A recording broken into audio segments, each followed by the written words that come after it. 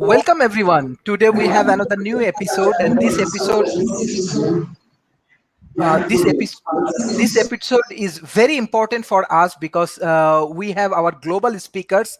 We have speakers from India, we have speakers from Malaysia, we have speakers from China, even Africa, and we have our famous scholars, Professor Viva from Canada. So I want to start from Professor Viva.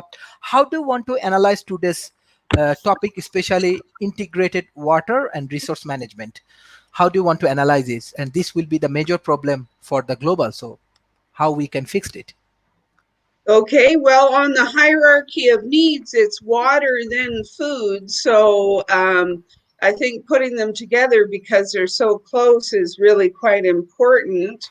And what we need to do is look into the future. So if we do that, we see that our global groundwater wells are in danger of running dry. Can you see that article? Just the headline? Yeah. Yes. Up to 20% of groundwater. That was in Science, the journal Science. So we need to really be thinking about these two things, water and food, because they're so closely tied together, with agriculture being the nexus between the two of them. So there is a drought projection that I want to share as well, that I will try to get up here on the screen for 2060. This is 2060 to 2090. Can you see that yet? Here, let me share it. Just a sec. It's coming.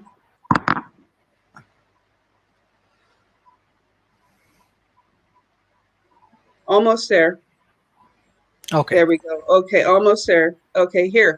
This is the worst case scenario for 2060 to 2090 for the globe. And you can see that there are a lot of super droughts that are coming. So my company, Reduction Tech, looks at this and ties it to how we could possibly help with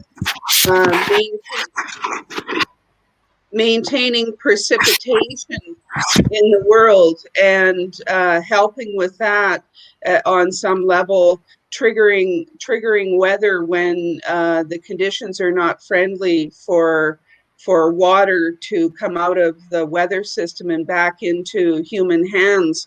So that's what we think about.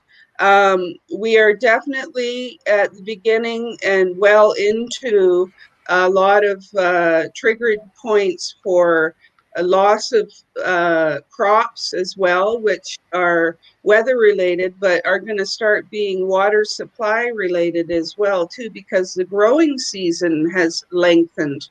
So that means we start using the water more in the spring and further into the fall.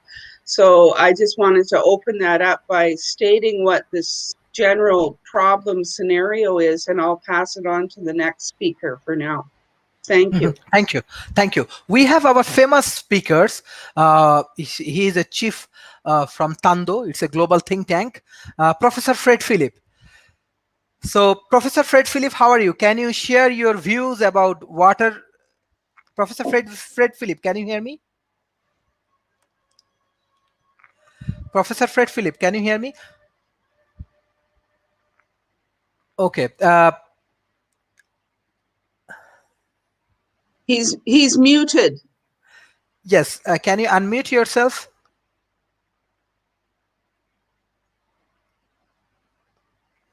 Okay. In that situations, I do discuss with Madam Durga Das, and then I will come back to Professor Fred Philip.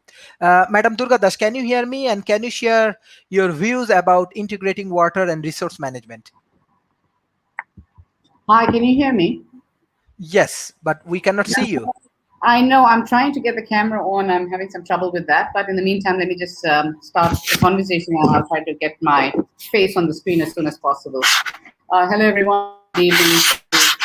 Always happy to be here. This is a topic very close to my heart. Water and resource management is the entire life and dream of what I do on a day-to-day basis. Ma'am, there is a sound-related problem from your side. Ma'am, there is a sound related problem from your side. There is a noise. Is that better now? Now, okay. Madam Durga, now it's okay.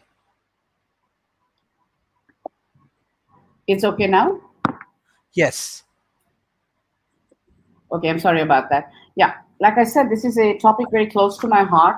This is what I live and breathe on a day-to-day basis. Holistic water management solutions is what I do for a living.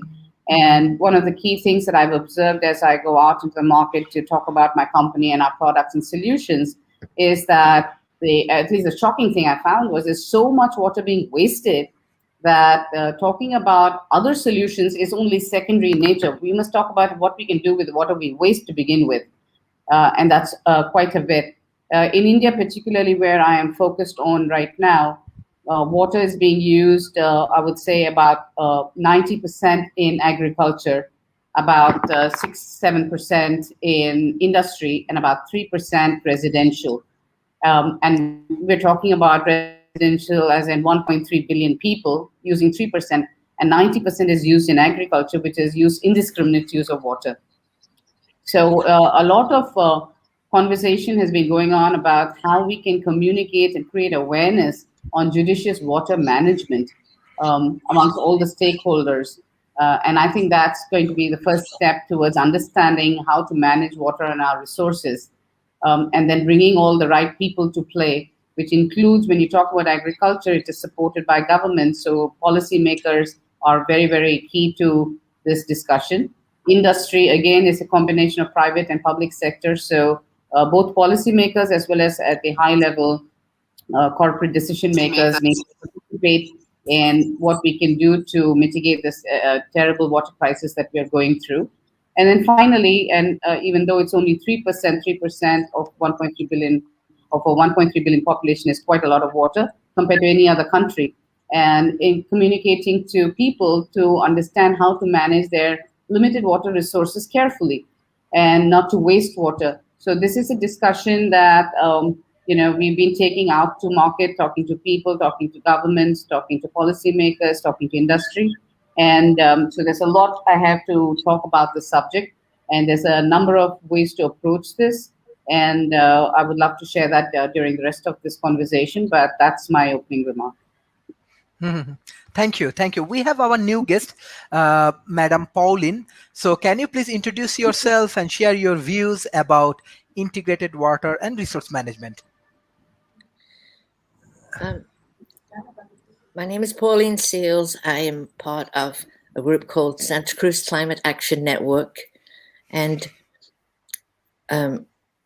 we're just starting another drought in California, which means Californians usually waste water terribly. So drought means we need to waste it less, which, of course, in some ways is a very good thing. It's all part of a big picture.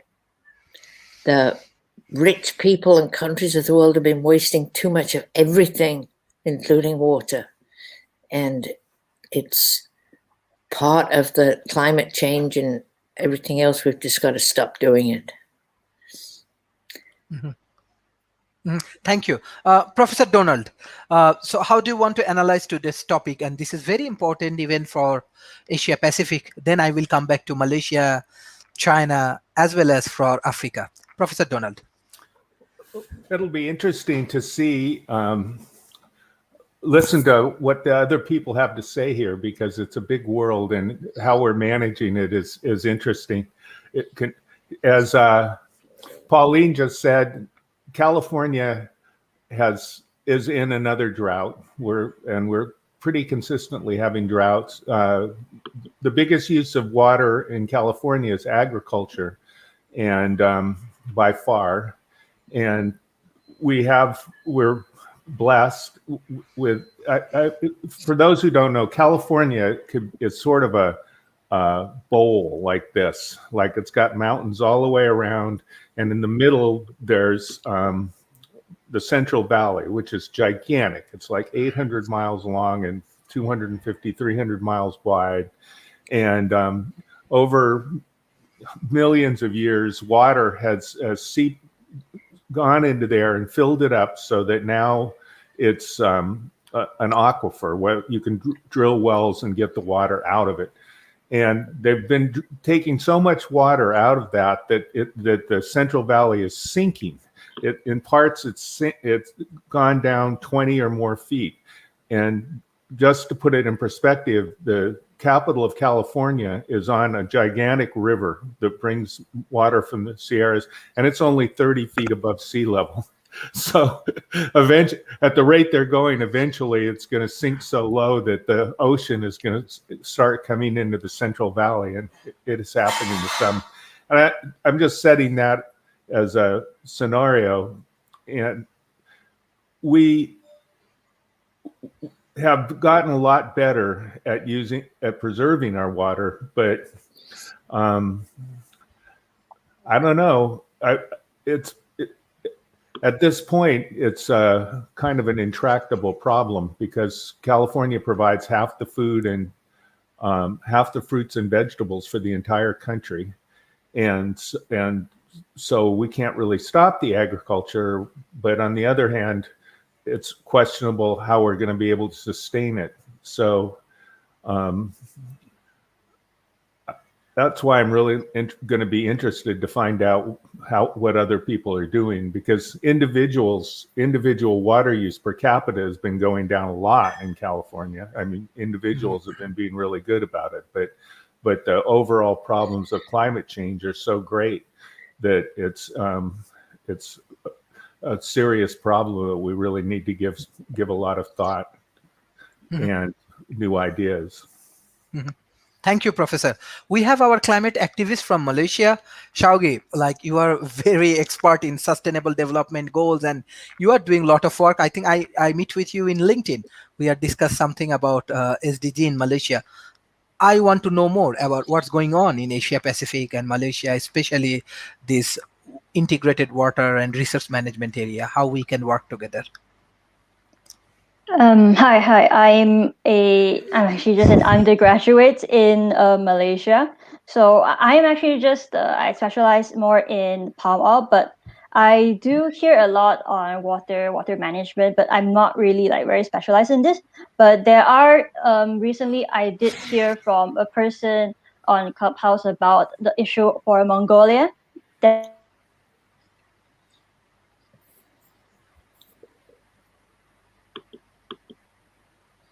Shaugi, can you hear me? I think she has internet problem. Kelvin, you are from Africa. So how are you? How is everything? And what's going on? Above China.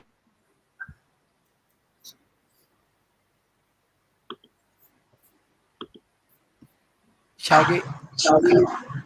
Is she back, or I should comment? Shaugi, please continue. Yeah, I'm actually done. Okay. Kelvin, what's going on in Africa? Yeah, I actually live in the Niger Delta area of Nigeria, where there are lots of water. We have the Atlantic Ocean very close by. But we can find out that our water is heavily polluted, and there's need for integration of our water system so that we can make readily available clean water for people to drink. It's still a huge problem that people who live in the bank of the river actually lack access to clean and potable water. So it's a challenge here in Africa, and we're looking at modern technology to be able to give people all around the world clean water. So our waterways must be free from plastics and all the forms of germs and diseases. Shaugi, like, what the inside situation right now in Malaysia, especially water management? Can you share with me? Water management in Malaysia, I'm not really too sure, but so far it's like nothing much is going on, but they are not as much because I do have like connections in Indonesia, so but it's not as the water cuts are not as bad as how it is like in other countries in Indonesia from what I know. So the management is it's quite good, and I'm from Penang. So I do realize that the water in Penang is actually much cleaner than the ones in the city in KL, because they have different water systems. But I do not want to go into that because it's not something I'm very familiar with. Yeah. Okay, thank you. Mr. Nicholas, you live in China, so what's going on inside China? How do you want to share your views? Well, that's not fair. I don't speak Mandarin. Actually, recently I've noticed that like products like Coca-Cola and other products are actually cheaper than water right now. Actually, amazing as that sounds. So I think that's if China is any example of the future with how billions of people will live in populous cities, that might become a big reality. And if we think about what agriculture consumes the most water, that's actually rice.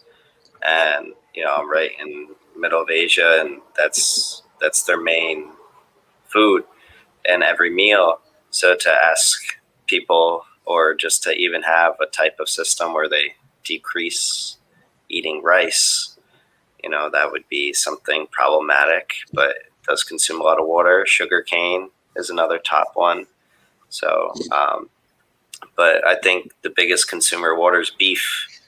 And because not just cows drinking it, but their main foods require a lot of it. Alfalfa requires a lot of water as well. And as authoritarian as it sounds, maybe some type of movements where they eliminate beef as a food, or ban it, or some type of block, or jack up the tax on beef. A beef tax could help the world, because beef really does harm not just nature, but our bodies if overconsumed as well. But yeah, as far as China goes, it's not fair. I don't speak Mandarin. I can't keep up with their news, but they have pretty good cleaning as far as that goes. And consumption, it's 1.5 billion people, so they're consuming, a seventh of the world's water. Something has to be done, and rice on top of that, and sugar. Thank you, Madam Viva. My questions to you, like example, even in the COVID situation, we learn that when the crisis come, we have to work together.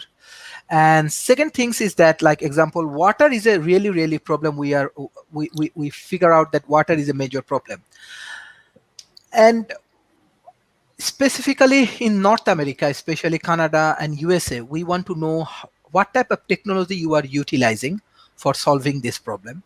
Second thing, what are the futuristic technology that we have to adapt for solving this climate change, these water related problems, and many problems we have. What's your observation?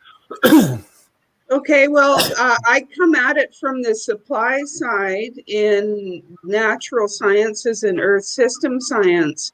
And for a master's thesis, I wrote how to do weather modification using ionized water to trigger precipitation. So it's a residue-free approach to triggering clouds to precipitate rain. So having supplied that thought, we have to go back to what technology is on the ground, as you were mentioning. And there's a lot of technology, like, for example, in Donald's territory in California, something that I like very much that recently has been happening is solar panels have been placed over canals. So there's a collection of electricity over the same space where water is evaporated by direct sunlight. So this reduces the loss of water. So economizing like that, any technique we can have that economizes our bulk water systems, we're going to need. Now, what I wanted to show you is how dear and defensive of good water resources some people will become and are already becoming. So I'll just share this one article here from a place called Golden, British Columbia, Canada.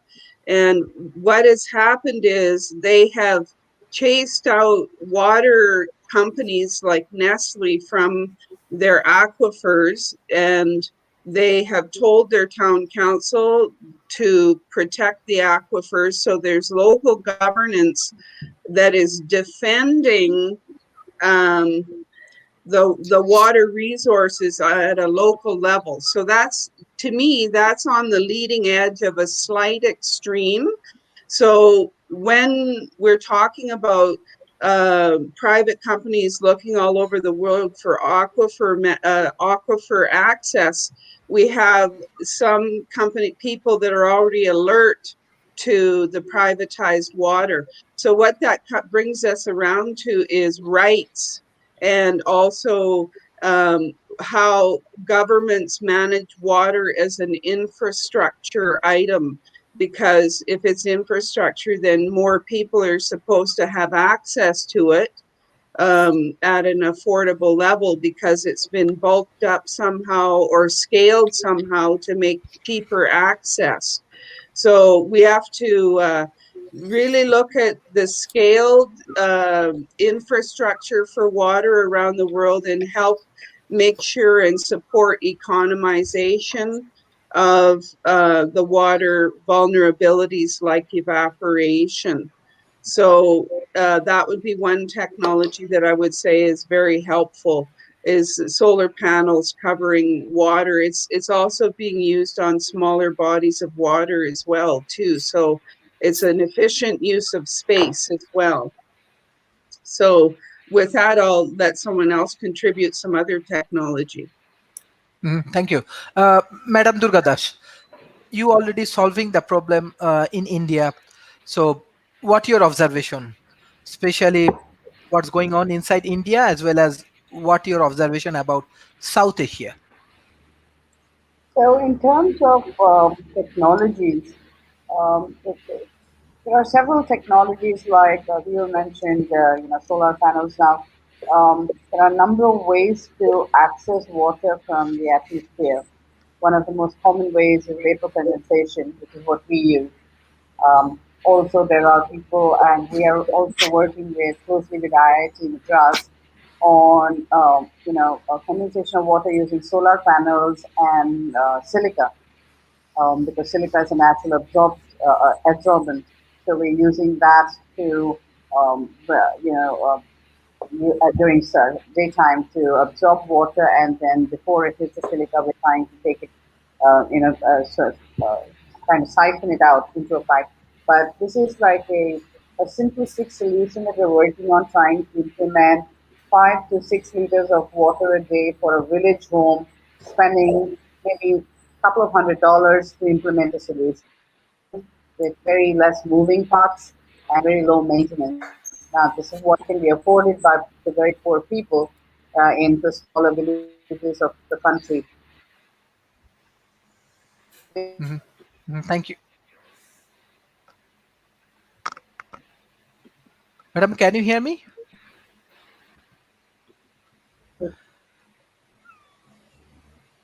Yes. Okay, we have our... Hello, can you hear me? Can you hear me? Now I can, yes. So I hope you heard what I said about what we're doing with IIT Madras. Oh, Did okay, you hear what I said okay. about the solution that we're implementing? Can you repeat it?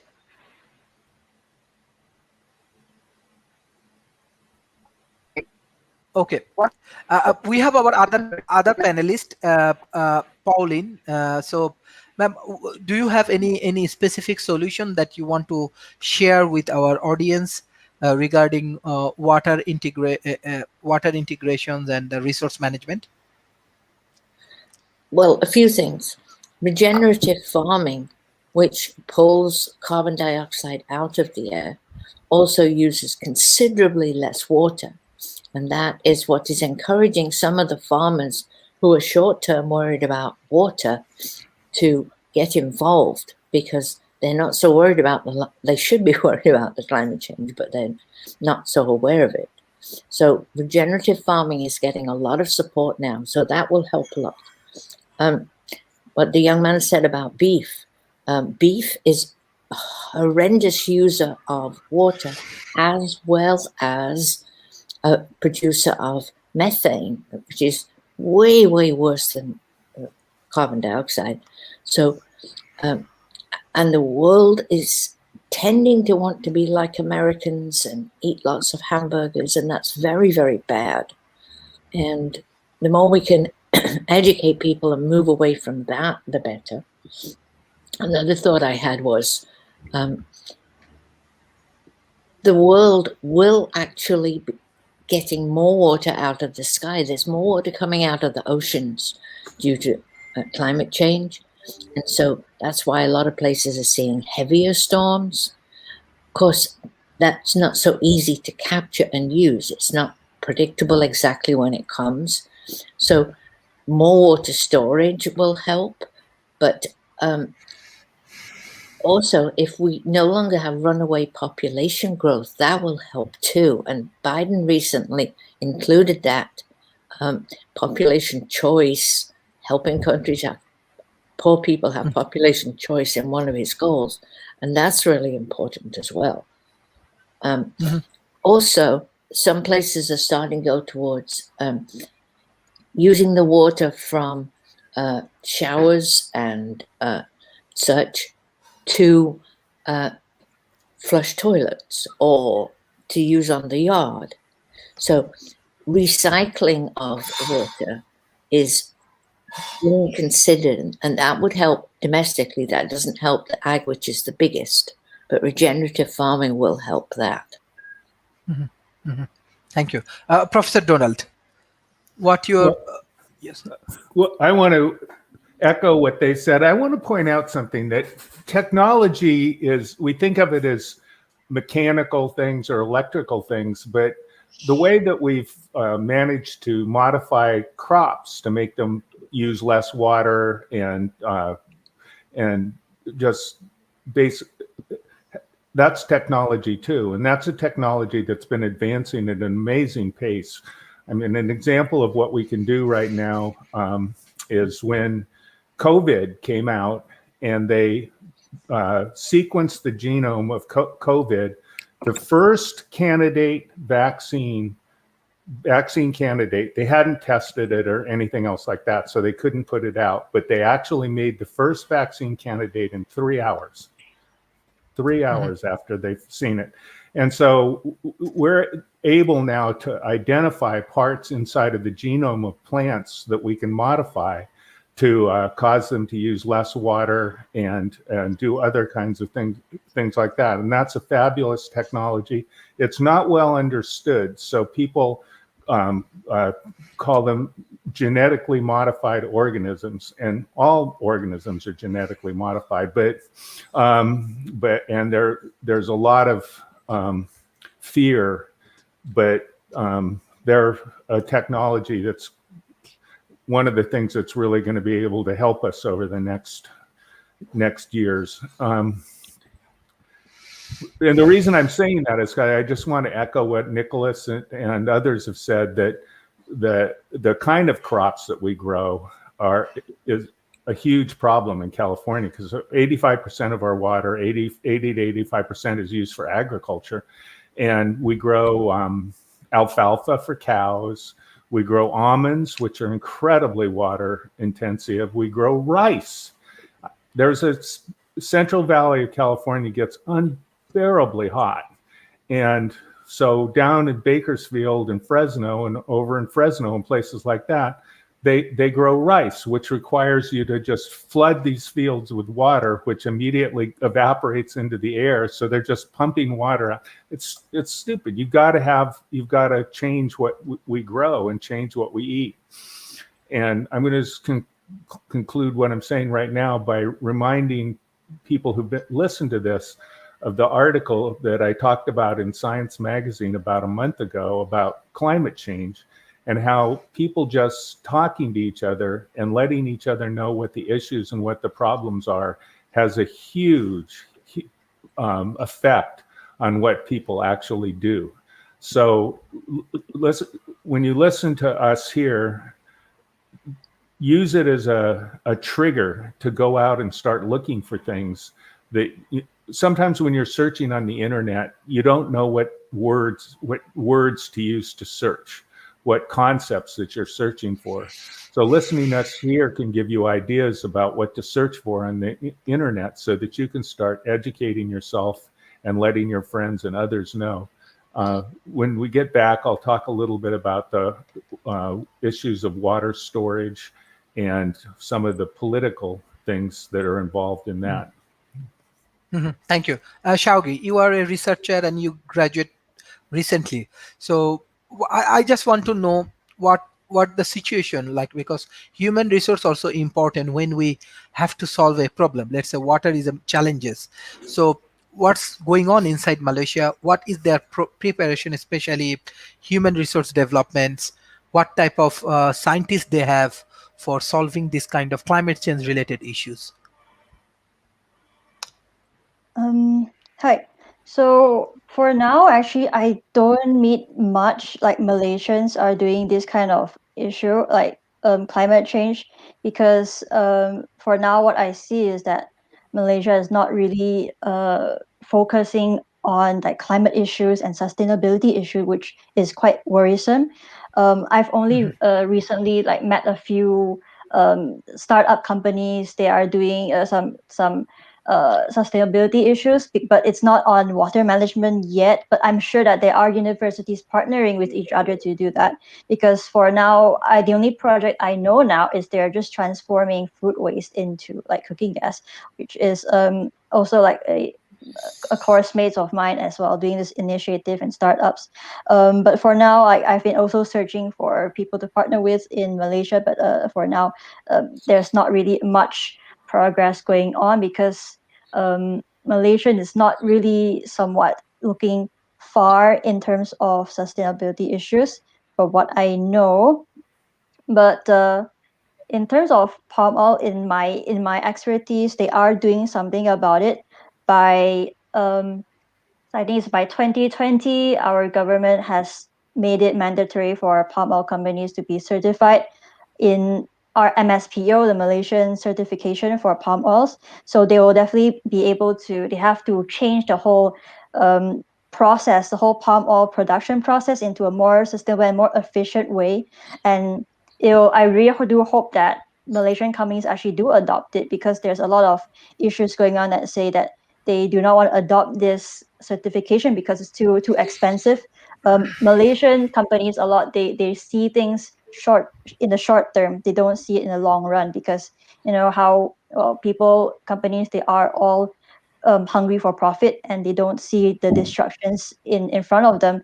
But I know that now the initiative for the government in terms of palm oil is to make the palm oil companies being more sustainable. And so I hope that the process to make the production more efficient will definitely include irrigation, because palm oil is, well, the highest crop for agriculture in Malaysia as well as Indonesia.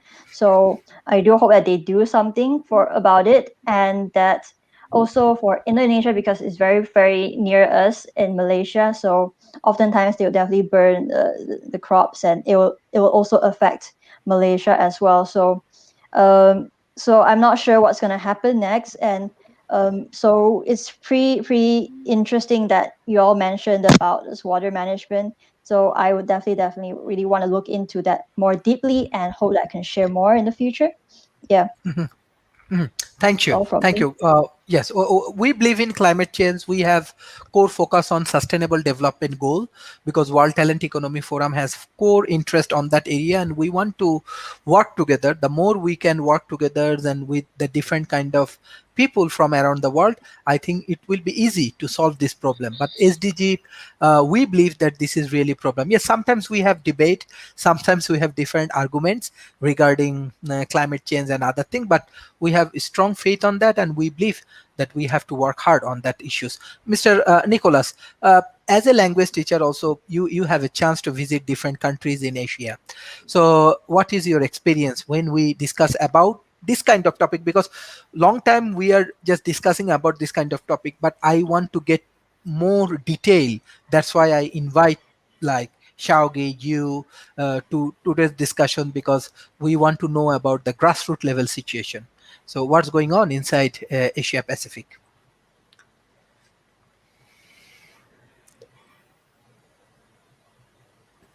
So you're asking me how is water sanitation improving or consumption? Yes. Yes. Well, it's tricky all around because there's just a lack of education, and technology isn't the answer. Because even if they get $1 billion to make desalination, that's going to harm their water. It's going to harm their animals. They're going to food supply their fish. So now they're going to have another issue. If they try to do weather, like silver iodide, that also harms the environment. So really, we're looking at big corporations that get to privatize water. Even Coca-Cola in China owns a lot of water somehow. And what can people do about that? And what can they say about it? Nothing. They can say nothing. There's so I think about the water that you can drink from a pipe in a kitchen, and I don't think I would do that in China. Even though it looks clean, smells clean, I don't know. And people don't know, and people don't do it anywhere in China. I've never seen it happen. I've been in Thailand. I've seen people do it, but I've also seen people get sick from doing it. So it's tricky.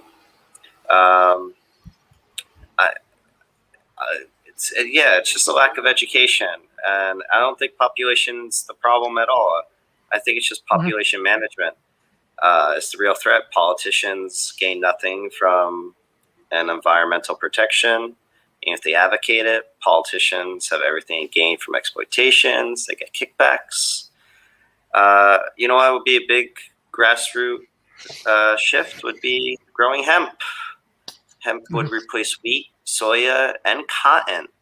And there's also an alternative to sugar called stevia that's growing more popular in Southeast Asia as a soft drink alternative, and could replace sugar. It's sweet. It doesn't do the same damage to you, and it's healthier. Lower beef consumptions, as I said, and just business reform.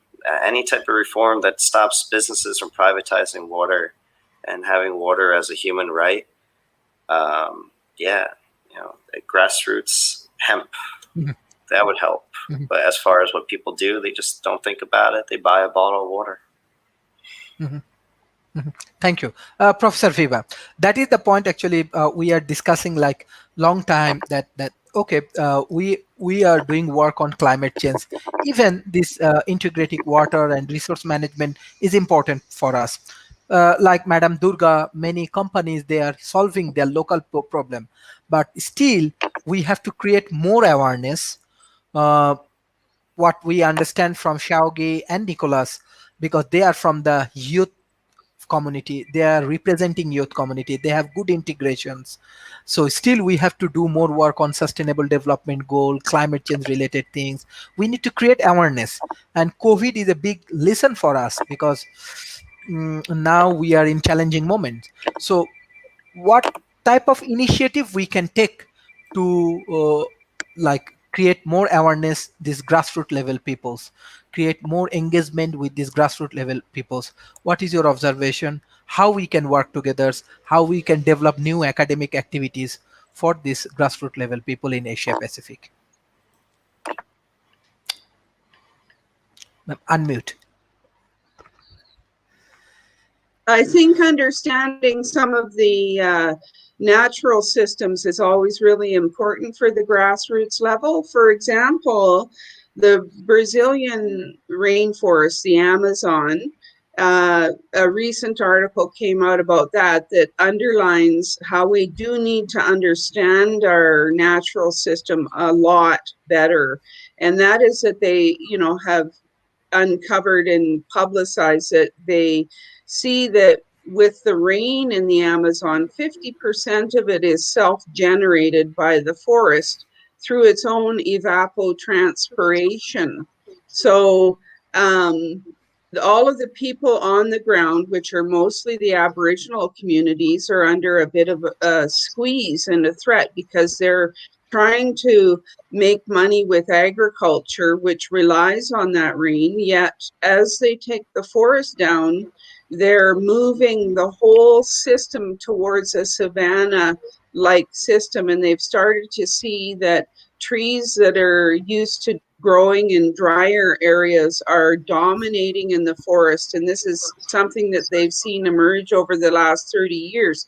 So getting this information out to everyone globally is important, because the Amazon, I think, is about 1/5 of the biomass of the planet, and it's a huge chunk of the biodiversity that we're all worried about. So 20% of the forest is missing, and they think it's already moved into a bit of a tipping point that's going to affect the water supply for agriculture and for the Aboriginals. So understanding these systems in your own area, for example, in the Asia Pacific, understanding your monsoon systems, understanding the deserts and how they send dust from one area over to another continent, understanding these large meteorological phenomena can help you to understand how water is supplied and how we need to conform to the needs of the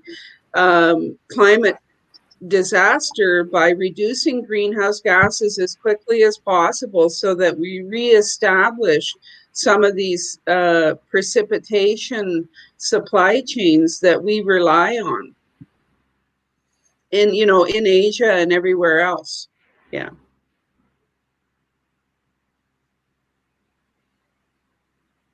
I think that Sharif is frozen, so we could move on to the next speaker. And I think that it's either Donald or Pauline. One of you ready to go?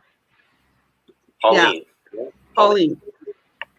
Yeah, I'm sorry, what's the question? It wasn't a question as much as ideas about how to get everyday people, just everyday people to understand and be more aware, how to spread more knowledge, awareness about these type of issues. I wish I knew, but certainly President Biden is helping, and we probably need some well-funded advertising, short videos, things on TV, etc. might help. That's not my area of expertise at all, but perhaps some well-funded groups could start working on that, because I think in my area, I find it's not so much that people don't know, but they're not willing to change. And because they don't see the urgency. And that's a big deal. And it won't be easy to overcome that. I do agree to Pauline as well. Yeah, very. Sorry. I'm sorry, I still can't get my video on, but I hope my audio is better now. I was trying to tell you earlier, we were talking about technologies, and as part of what we do, in India at least, I lived in California for 25 years, and when I first moved there, I was drinking water from a tap. And then by the time I left, we were already facing drought and shortages, and I lived in Northern California, and the lake, the dam behind us was drying up. So I've gone through that and realized it is just not a developing country problem, but a developed country problem as well. And it's now prevalent all over the world, whether it's the US or many parts of Europe. I was in Belgium last year, and they don't drink water from the tap either. They take it, they buy mineral water or bottled water. So yeah, this is a problem from all over the world. But let me tell you what I'm doing here in India. We realized that, and like Pauline said, it's not about not knowing, it's just about not caring enough, or the problem hasn't hit home close enough. People are still thinking, well, I still get water, so I'm fine. There's still water in my well. But 3 years ago, that dramatically changed in Chennai, as we used to call it, in the south of India. And that problem hit home at every level, at the very with all the wealthy people as well as all the poor people. We ended up with a crisis so bad that our groundwater table completely depleted. There was absolutely no water reaching anyone, and the water that was there was so highly contaminated with arsenic and E. coli that it was difficult to do anything about it. So yes, the problem became very, very apparent, and it did reach home to the extent that people in Los Angeles were talking about the Chennai water crisis. So that was a wake-up call here in India, and it has become a very, very big discussion point at both the government level, at an industry level, and at a private citizen level. Some of the things we do to create that awareness is we work with schools, we work with children, we work with NGOs, we work with clubs like the Rotary to communicate this awareness at every level that we can. We talk to the state pollution control boards. We have taken our message to the government at the national level. We are offering solutions to industry and to residential communities. The kind of communities we build here in India are, like 1,500 homes in a community, right? The minimum size being 500 homes, and then just explodes beyond that. And when you're building a 1,500 home community, you're looking at a lot of water that's required by that community. And now these communities are, sprouting all over the place. So water has been a big issue there. The groundwater, the TDS, the ppm, as we call it, is anywhere between 35,000 to 40,000, whereas it should be less than 400 if you want to drink as per the WHO standards. So people realize that we're building these communities, they sell them for $500,000, but then there's no water. So people are getting to be aware of it. We are doing our bit. There are other people in this water space in India who are also communicating this message. And like I said before, we're not trying to educate the people who are very dogmatic in their views. We're educating children whose future it is, and they are the ones who now take it back to their homes and their parents and say, I learned this, and this is what we can do. So the kind of things we do is not just about how to manage water at homes. We talk about water wastage. We talk about judicious management of water. We talk about reusing wastewater. And then we talk about alternate sources of water. And that's what we do as a company in our solutions as well. So I'll quickly touch back on the subject of technology, which is what I guess I left you all at the last time. So the things we do are we have solutions that we've patented that take wastewater from RO systems and the reject water, and we actually produce drinking water out of them, thereby wasting nothing. We take wastewater, that is sewage water, contaminated well water, and we produce both drinking and non-drinking water out of it. There are now smart cities that are producing from STP 60, 70,000 liters of water to almost 4 million liters of water of reject. We take that, we clean it up and provide it for gardening. Besides this, we produce water from atmosphere. And like I said, we're working with IIT Madras to provide a low-cost, sub $200 solution that can produce 5 to 6 liters of water every day for a small village home using only a solar panel and some silica. So these are the kind of solutions that we implement. And the reason we went into all of these solutions and provided a more holistic solution is simply because one solution doesn't fit all. And trying to explain to people that there is a lot we can do in the country, because people, India, as you know, is very, very money conscious in terms of spending. We don't have the kind of resources to just implement large, expensive solutions just because it will give you clean water. We have to make it feasible for the common man as well as for the wealthier industry, and at the same time make sure it's drinkable water and it's healthy. So that's what forced us into looking and innovating new ideas and new solutions. And so we have a combination of these solutions, and we take this out to market by creating awareness, like I said, at community level, at industry level, and at the level of children in schools. Thank you. Madam Pauline. Uh-huh. Yes. So, yeah. Well, Pauline just spoke before me, Sharif, and she was just saying that Okay. maybe. Okay. So, Professor Donald. Well, I think that it's important when you consider water to consider what we've been talking about on a lot of these shows and understand that what we're talking about is ecology. And that's the interrelationship between all the systems that are here on Earth. And when we chop down forests to grow things, which is a common thing that they do all over the world, we wind up having the carbon sink that the trees were, the ability to hold in the water in the ground that the trees were doing, all those things get lost. And so it gets replaced with something else. Where there's water are attractive places to go and grow things. So the Amazon forest is being cut down not just because of cows, it's also because of soy. There's a huge, everybody eating tofu is actually hurting the earth too. There's too many of us, but I like everybody, so I'm all glad you're all here. But I was just reading that Malaysia is losing forest. It's number 6 of tropical countries that's losing forest at the most rapid rate. So in Malaysia, you have plenty of water because they're rainforests, but at the same time, the rainforests are getting chopped down the same way they are in the Amazon and other places in the world.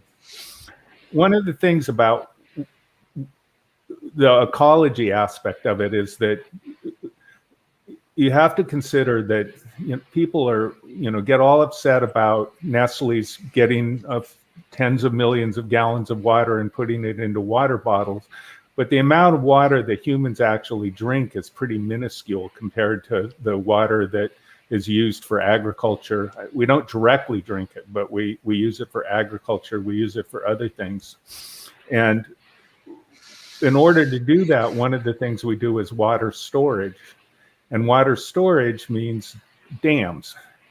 One of the main ways to store water is dams. And in California, and this might be a harbinger for the rest of the world, we discovered that by building dams, we're actually harming the ecology. We're harming the balance because people live on fish and we grow and sell fish. There's people that do that. The fish can't survive if they don't have the rivers to go up and spawn. So when we block the rivers, then we make it so that the fish die off.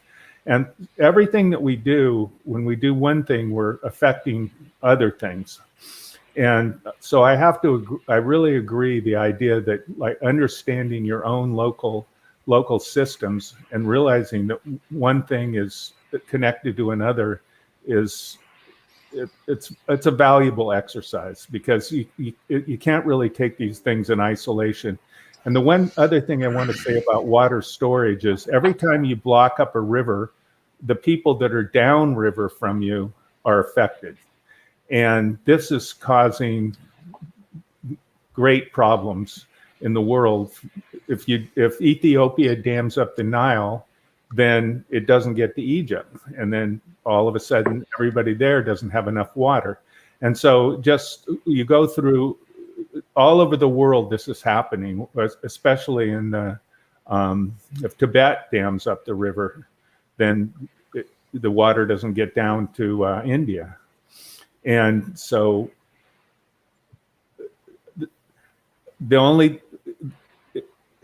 there's no easy solution to this, but it's involved with the whole issue of climate change, where the water is coming and where the water is going to stop coming is changing rapidly, and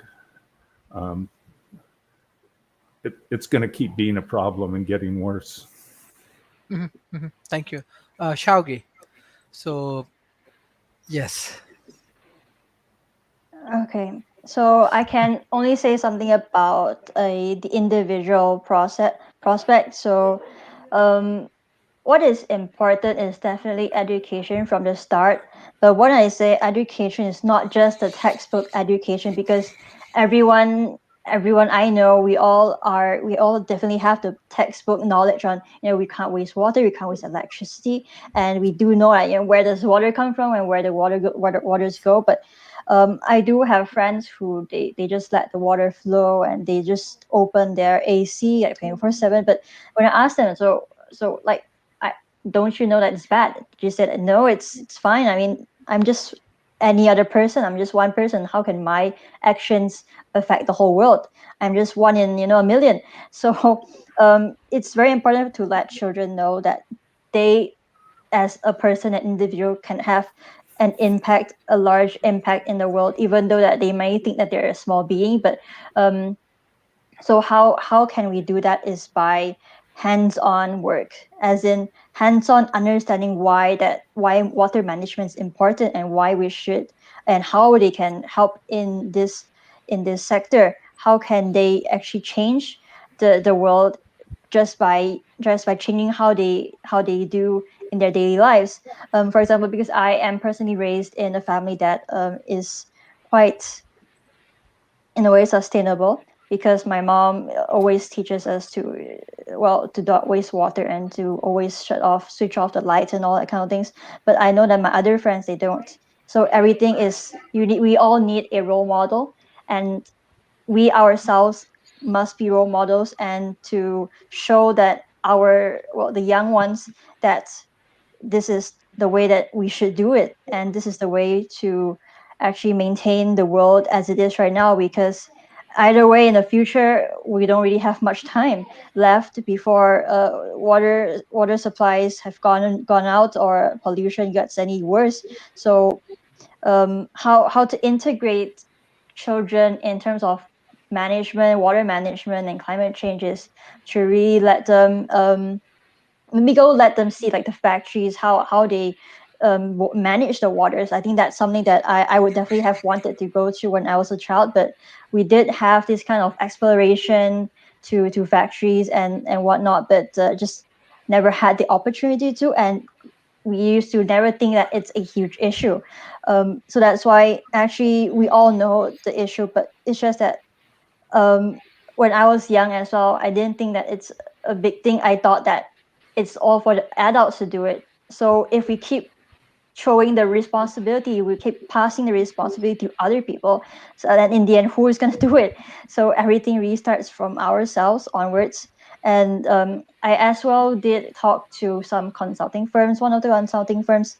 So I asked him, like, so, well, how do you consult businesses in terms of sustainability? They said that obviously, yes, they can give advice to companies to implement CSR in their firms, but they have to show them what they are doing as a consulting firm in CSR as well. So everything is like, we walk the talk. We don't just say what we can do, but we don't do it.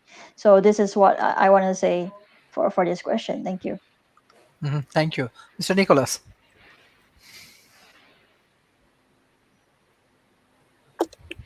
Man, I just think a few weeks ago I watched some Indian broadcaster. I don't know if I'm saying it right. Gravitas Plus, and there's a woman who's lovely as Palki Sharma. And on YouTube, you can watch her things. Last year, August 30th, she was talking about Bollywood and Hollywood, and how they have something called soft power. So the world is, has this impression that America is a land of opportunity still, that there's money to be made there. You get there, you can succeed just by entering America somehow. And this is something called soft power. And it's just that they have painted this picture. So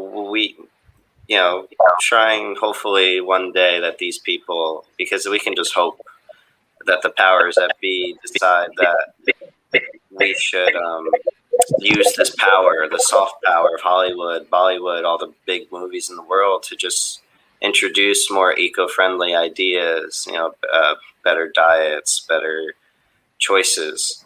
But as far as just everyday things, I kind of tell people every day that your dollar votes. When you buy something, those corporations learn that. Even like Walmart in the USA, they have more health products. They have more healthy options because that's what people are putting their dollars to. They're offering more of those options. Whole Foods, whatever negative things you could say about them, they exist because people are spending their dollars towards healthier options. And promote hemp.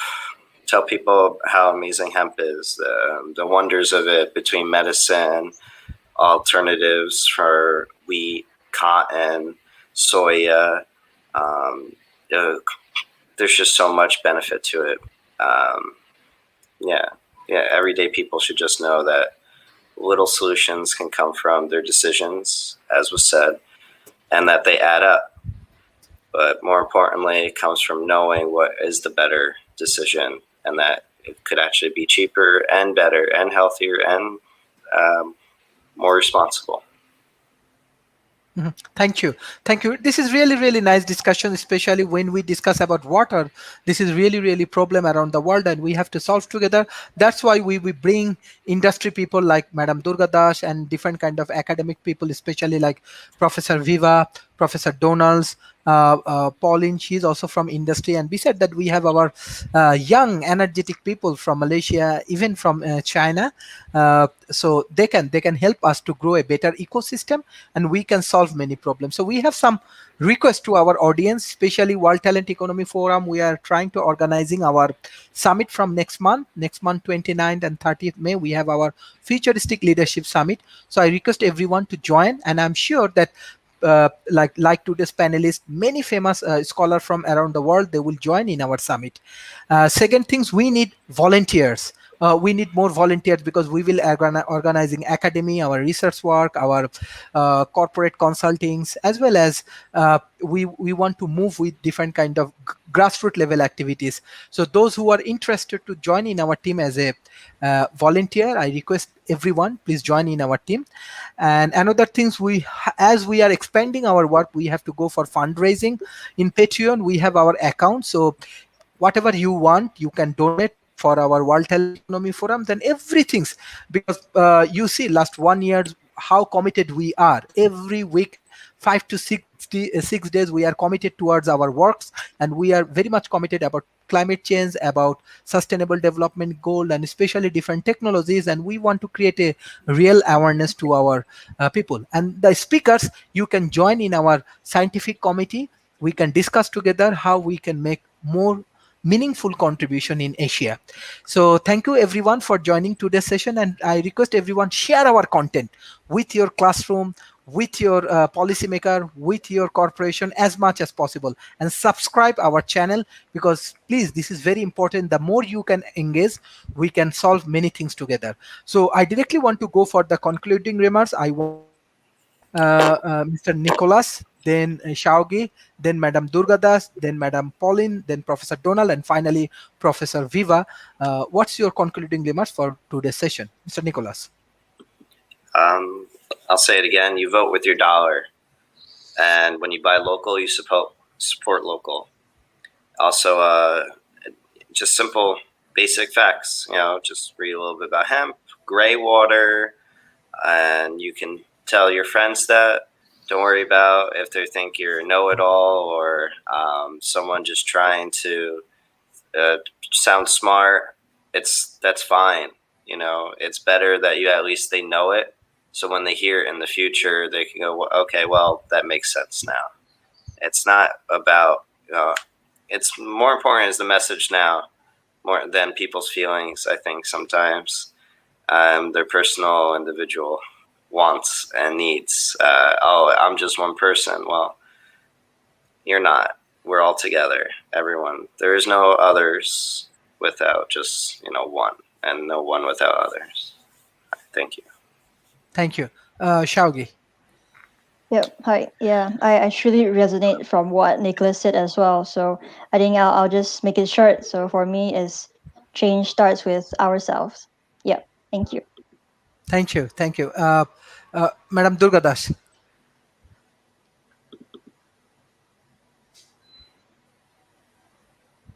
You know, water and management of resources. So it's a combination of land and water, right? I think whatever way we approach the solution, it has to maximize an economical and social welfare, all in an equitable manner. Um, One of the things that is observed around the world is that women play a very strong part with the management and the provision of water, simply because they are responsible for water in their homes, in their kitchen, for cooking. And you will see in many of the developing countries, women and girl children going to collect water to make sure that the water is available for everyone in the family. So women play a very, very key role in this, and I think women should continue to or be brought into a discussion on how one can manage water. So why I say this is when I go out there to implement solution for water, whether it's from wastewater or from RO reject or even from the atmosphere, and we provide drinking water. Women are the custodians of that water, the management of the system, to make sure it works efficiently, in the maintenance of it, and in the sustainability of it. So I think bringing women into discussions, even at a policy level. I'm not saying the woman in the village, but the woman in the village has to bring policy within the village. The woman in the city has to do it in the city, and the woman at the national center, the political center, has to bring it there. And I think women need to play a very great role in the communication of this message, because they're eventually the custodians of this management and provision of water within their homes.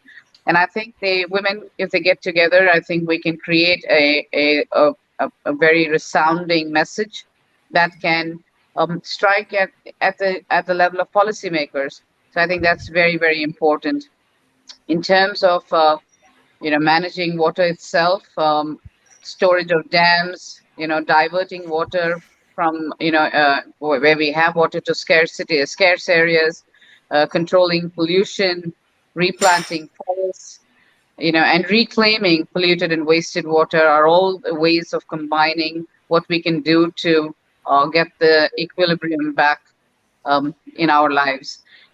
So this is a huge topic in terms of how one has to go about it and the kind of monies and resources required. Interestingly, the resources are there. It's just I don't know for what reason, but it's not coming together in the manner it should.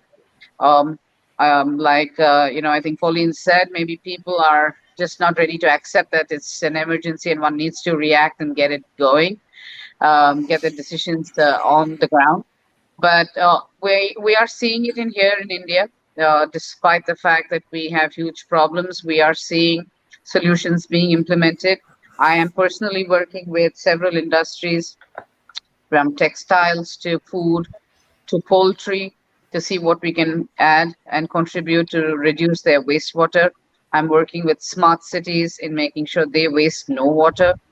And of course, we are like I said, going into communities to help them with understanding, awareness, and implementing solutions that are alternate solutions to taking water from the ground.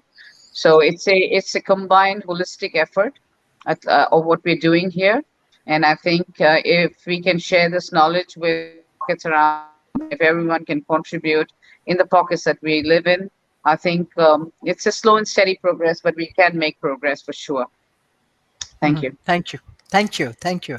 Madam Pauline. One thing that hasn't been mentioned, I agree with everything everybody said.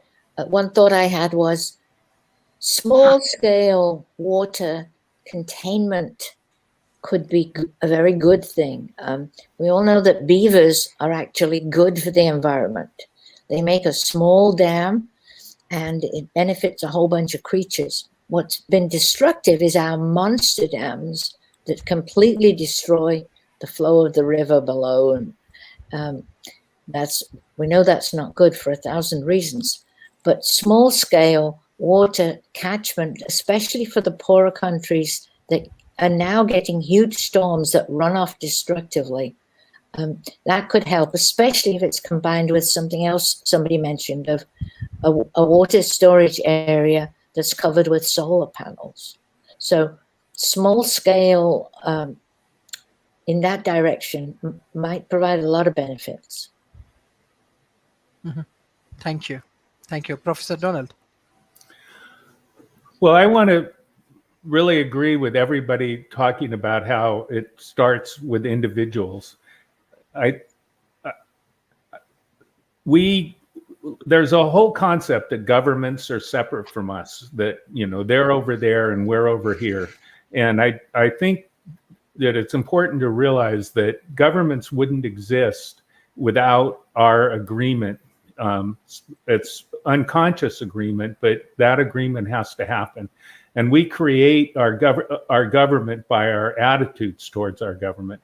I personally I've talked to my congresswoman several times. I've gone to her office and talked to her. I don't have any fear of going and talking, and they listen. And I'm very surprised at how actually smart and on our side that they are. They're dealing with these complicated forces. In California, I've mentioned the idea of that there's a kind of a, just as, well, let me put it this way, just as Pauline said, these monster dams have been wrecking our rivers, and slowly but surely we're getting rid of them because, but the farmers are absolutely adamant against that. And some of the worst politicians in America come from the farming lands in Central Valley, like McCarthy and Nunes and people like that. They're just horrible people. And they argue, and the former president, who I will not name, argued that we should have less water going to the ocean. We're just wasting the water. It's just flowing into the ocean. And we should stop that. But if individuals start understanding what's going on and start wanting to be able to make a difference so that we all can survive, then we can start having people like Joe Biden, who actually are concerned about these problems, understand that it's too complex for him to completely know on his own, but getting people, scientists and others to start working together so that we can come up with more solutions to it, then the complicated political aspects of this can also change. Change starts, as you know, as what Gandhi said, be the change you want to make. And I think that the way that you can do that is, well, like listening to this show, you get a lot of people on this that are very knowledgeable and experienced, but go beyond that and try and educate yourself. I want to say one thing, that in the United States, for much of my life, there's been this idea that you're supposed to drink 6 glasses of water a day, and that's healthy, and you've got to do that. Where did that fact come from? It came from the water industry. There's no scientific basis for that. It's simply propaganda that you have been exposed to. And so it's hard to know what's propaganda and that has no basis. But if you take some science classes, study philosophy of science a little bit. Like, how is it that we know what we actually know? If you're a young person, I just read an article, I forget where, but where somebody was talking about the importance of philosophy of science. If you're a scientist, like try and be able to get opposing views. I occasionally will come up with a belief that I have here that somebody else will correct me, and I'm very glad. I love being wrong. That means I've learned something. So I just really recommend that you spend some time trying to learn more about this stuff, because I just want to say that ultimately, if there isn't enough rainfall in some area, then people are going to have to change what they do there, even leave. because it's in California, we're having these horrible fires. I mean, how long is that sustainable for somebody to live in an area that's burned to the ground every few years? It's just not possible. So people are going to have to move. In the southern United States, it's getting so hot, and it's going to get so hot that people are going to have to leave. They can't live there anymore. And the crops aren't going to be able to grow the crops. To what Nicholas said about propaganda, the hemp makes much higher quality paper than trees do. There's byproducts from trees, dioxin, that are, terrible things to get into the environment. They kill people and all kinds of other creatures. But the reason that hemp isn't used for paper is because the William Randolph Hearst owned gigantic forests and publishing industries. So he arranged by propaganda through his newspapers and other things to demonize hemp and make it into something that we simply didn't use because it would have competed with his industry and his money. And so we grew up believing that it was this evil stuff, blah, blah, blah, like that. And that was all just propaganda. So I hope in this show we'll continue to be able to encourage people to learn how to be able to kind of, the expression in America is or the English-speaking world is to cut the wheat from the chaff, so that you can actually start to learn about how to have judgment about the things that you hear. And that's something that I know that the university that Sharif is starting is going to be able to start. We'll have courses on that. And I highly recommend that you learn that. Thank you. Thank you, Professor Donalds. Professor Viva, what's your concluding remarks for today? Yes, I think that we absolutely have to encourage women to be interested in technology from an early age. For me, that meant taking the doll away and replacing it with a Tonka toy in the sandbox. So I would encourage that strongly, that women be supported as technologists everywhere around the world, because when you are a technologist, your language is built into learning about the different technology processes. And for example, it's really quite easy to get yourself knowledgeable as a young person in any part of the world about how things work by using YouTube. There are hundreds and hundreds of videos from factories on how things are built, how things are made. You just have to type in the right search word, and then eventually the algorithm will just start feeding you videos. So you can learn a lot about industrial processes, especially the ones that are around you and influencing your local life. So what influences you should be knowledgeable about. So that means your community government. You should have definitely, as Donald and Durga and Pauline have said, be having a two-way conversation with municipal politicians, provincial politicians when it's appropriate and it impacts you. You should be vocal about it after you get some knowledge. And also watching in the world for where the mistakes are happening, okay, so that you can learn from others' mistakes. For example, the mistake that's being made with the Amazon forest, that needs to translate into understanding and knowledge all around the world at the grassroots level. So I'll just leave it at that, and also say that a lot of this is happening quickly. So my message is, you have to adapt and be prepared to adapt, a little bit beyond the water restrictions for your garden, a little bit beyond the water meter, by being knowledgeable and using your voice to help make sure that the infrastructure is fair and equitable for everyone. Thank you, Professor Viva. Thank you, everyone, for joining today's sessions. Share our content, subscribe our YouTube channels, support World Talent Economy Forum initiative. And if you have any kind of problems, as well as if you want to join in World Talent Economy Forum, send your message as well as with your CV. In our World Talent Economy Forum, our forum email address president wtforum@gmail.com. Thank you everyone for joining today's session. It's really great sessions, and share our content as much as possible. Thank you everyone. Bye bye and take care.